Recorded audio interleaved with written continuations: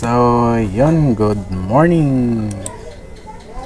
So, first of all, I am Arnel Abian. So, we will discuss the conditional statements, if else statement.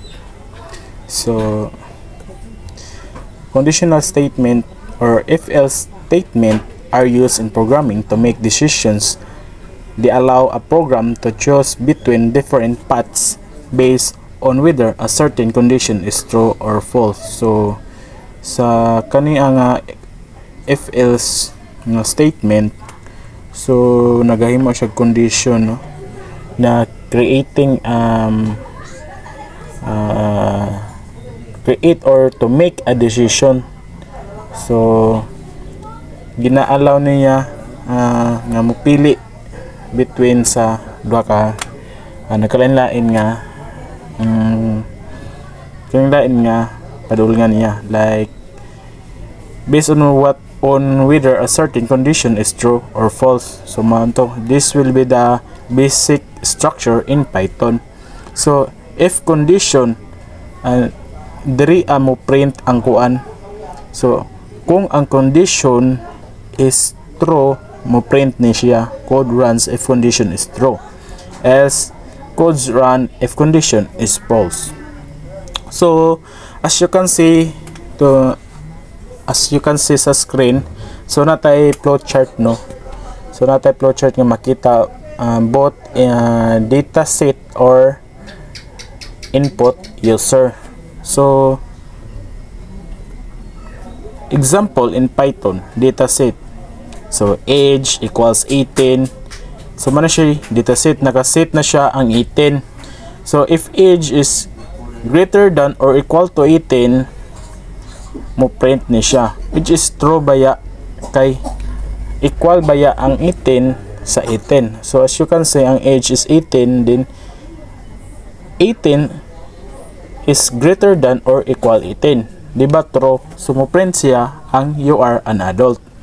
So else, kung magbutang ko drig 17, mo print siya you are a minor, because kuan siya, false siya, mo print na siya you are a minor. So anita sa atong example. So so dire sa Python, so mato akong example gay na age equals 18. So nakaset man siya, which is true, kay 18 man ang nakaset. So if age is greater than equals to 18, which is true, ang mo print ni is kani you are an adult. So atong i-run para mabawan. So ang ni print you are an adult, so which is true. So kung ato na ibutang og 17, ato siyang iset sa 17, ato siyang i-run, ang mo print you are a minor. So which is false man, dili man siya tugma sa condition nga gipangita or sa problem nga gipangita.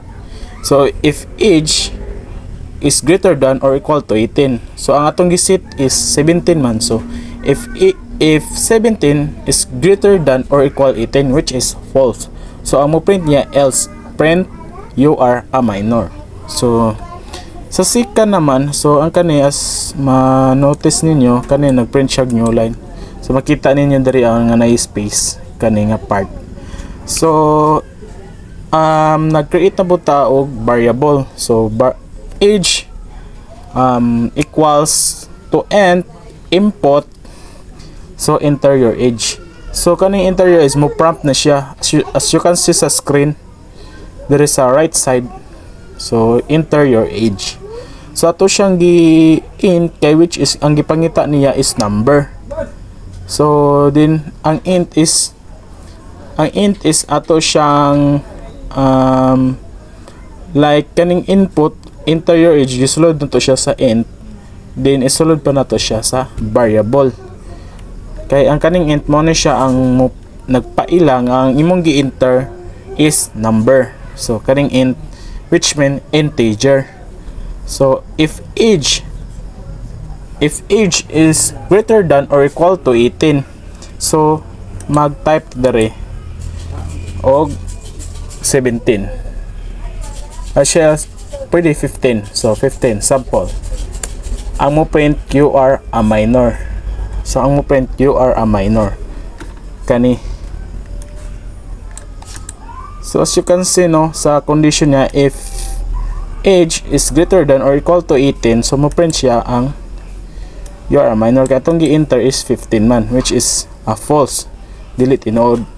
Kung ang 15 ba mas dako or pareha sa 18, which is false, di ba? False kay mas dako ang 18 kaysa 15, mo na mo print siya you are a minor. So kung magkuanta og 18, so butang na to 18, so atong butang 18 kani dili nga part 18, so ato press enter key, so you are an adult, so which is correct ang iyang condition.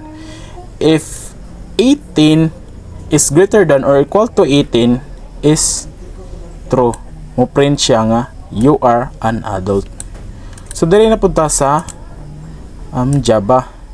So sa Python to gay na kani sa Java na punta. So public class mean di na to kalimutan no, kay mo na siya ang atong name sa ato ang file. So public class main or public static void main string args, which is ang atong first execution sa atong program.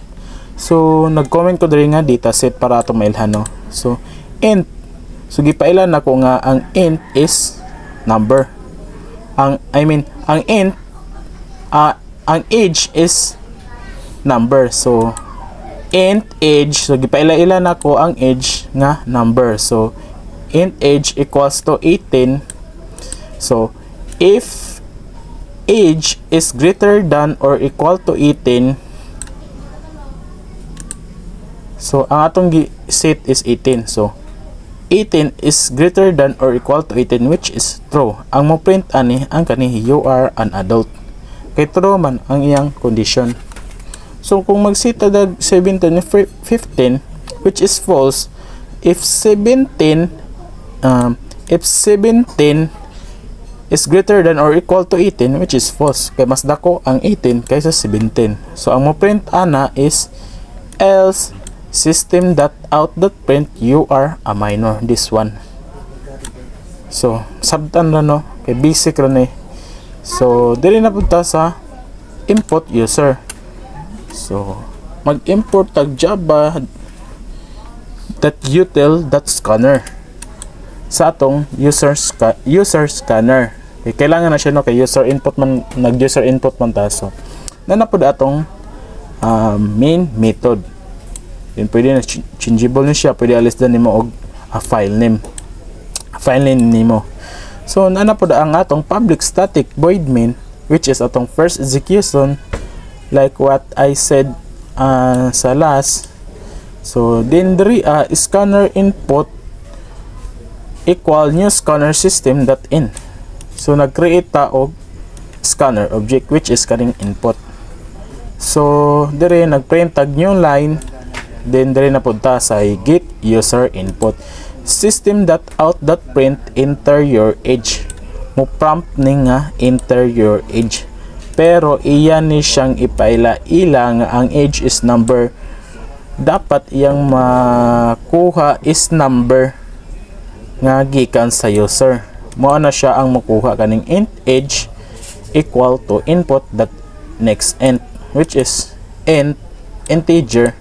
So kung dili number atong printaon, next line, so or next, pwede sa next no. So ato siyang run. So yun. So enter your age. Ito yung enter age. May enter ko 15. So enter 15. Press enter key. Mo print ang you are a minor. So as you can see the report, ni print siya no, you are a minor.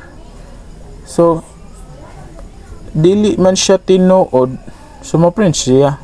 Else mo print siya system that out that print line you are a minor, kay wrong man yung statement.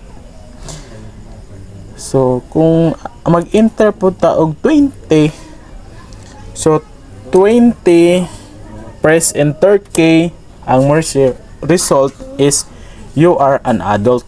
So here, so if